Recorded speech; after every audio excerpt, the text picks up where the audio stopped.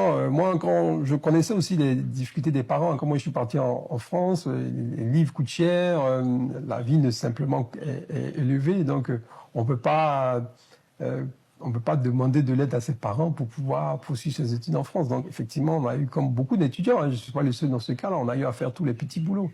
Donc j'ai fait une multitude de petits boulots pendant mes études. Et quand je suis rentré, et puis depuis que j'ai commencé dans mes responsabilités, je suis allé aussi plusieurs fois à le service technique nettoyer la ville. J'ai organisé plusieurs fois des journées de salubrité. Et pendant des heures, on a essayé de nettoyer la ville pour donner un exemple aussi aux populations, pour leur dire que nous sommes tous concernés par l'hygiène, par l'environnement.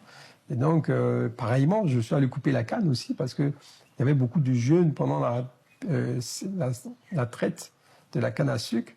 Beaucoup de jeunes qui auraient pu avoir une opportunité d'aller avoir une activité rémunératrice et que ça ne donnait pas ça. Donc, pour évaluer un peu la pénibilité du travail, pendant une journée, je suis allé couper la canne au complexe sucrier qui est à côté. Donc, vous n'avez pas peur, en fait, hein. Non, du tout, parce qu'il n'y a pas de saut métier. Franchement, ce que j'encourage chez la jeunesse, c'est de se prendre en main, d'être responsable. Personne ne va dessiner votre avenir. C'est vous-même qui êtes responsable de votre avenir. On ne vous doit rien.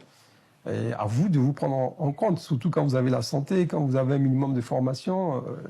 Il faut se débrouiller. Et j'ai eu comme information, vous avez du mal à respecter ce côté protocolaire là. Enfin, peut-être d'une manière générale, je suis un peu anticonformiste. Ah, ok. Maintenant, moi, je suis un homme de terrain.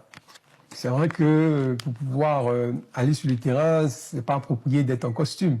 Donc souvent, je m'habille en conséquence, voilà, pour pouvoir travailler, aller nettoyer. Par exemple, si je dois rendre beaucoup de visites sur les chantiers, ou bien aller faire des actions de salubrité, ou bien aller visiter plusieurs personnes, bon, le costume n'est pas approprié, mais cependant, quand c'est nécessaire, je fais l'effort. Mais vous avez beaucoup trop oublié votre costume. On m'a dit que... Non, en fait, ça m'est arrivé d'aller en voyage. En fait, ça m'est arrivé d'aller en voyage plus ou moins d'affaires ou en voyage officiel. Et comme c'était des longs voyages, j'étais habillé un peu relax pour être dans l'avion. Sauf qu'à mon arrivée, j'ai été accueilli par des personnalités et effectivement, j'étais un peu mal à l'aise parce que quand des sénateurs, quand des maires viennent vous recevoir à l'aéroport et que vous êtes en jean, t-shirt, ça peut paraître un peu irrévérencieux. Oui. Donc, à l'avenir, je vais faire attention. Et ça m'est arrivé aussi d'aller à des grands forums internationaux. Et malheureusement, je n'avais pas pris mes costumes avec moi. Je les avais mis en soute.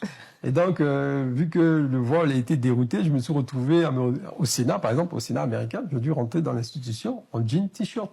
En ce moment, j'avais monté une cravate pour masquer un peu ce qu'il y avait en dessous. Mais bon, c'est vrai que c'était un peu gênant, c'est vrai.